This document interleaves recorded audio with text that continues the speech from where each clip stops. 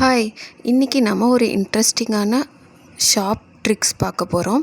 So நீங்கள் ஒரு ஷாப்புக்கு போகிறீங்க, அங்கே வந்துட்டு உங்களுக்கு 50% ஆஃபர் கொடுக்குறாங்க, எகெயின் 30% ஆஃபர் கொடுக்குறாங்க, டோட்டலி அப்போ 80% வருது. ஒரு ப்ரைஸ் வாங்குறீங்க, ஒரு ஐட்டம் ப்ரைஸ், ஒரே ஒரு ஐட்டம் வாங்குறீங்க, அது 1000 rupees.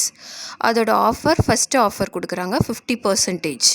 ஸோ 1000ல் 50%னால் நமக்கு என்னன்னு தெரியும், 500 லெஸ் ஆகுது.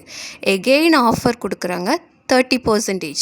ஸோ எகெயின் 500ல் 30%னால் 150. ஸோ 500ல் 150 ரெடியூஸ் ஆகிடுச்சுன்னா நம்ம 350. ஸோ நம்ம எவ்வளோ பே பண்ணுறோம், 350 பே பண்ணுறோம், 150 சேவ் பண்ணுறோம்.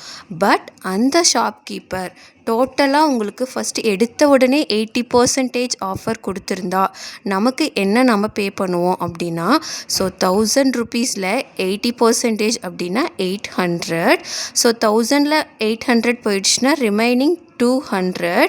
ஸோ உங்களுக்கு இது தெரியுதா? லாஸ்ட்டாக கன்க்ளூஷன் என்னென்னா, தனித்தனியாக நமக்கு 2% கொடுக்குறப்ப நாம் இந்த 1000 rupee ஐட்டம்ஸ்க்கு எவ்வளோ பே பண்ணுறோம், ₹350 பே பண்ணுறோம். பட் 80% ஆஃபர் அப்படிங்கும்போது நம்ம 200 மட்டும் பே பண்ணுறோம்.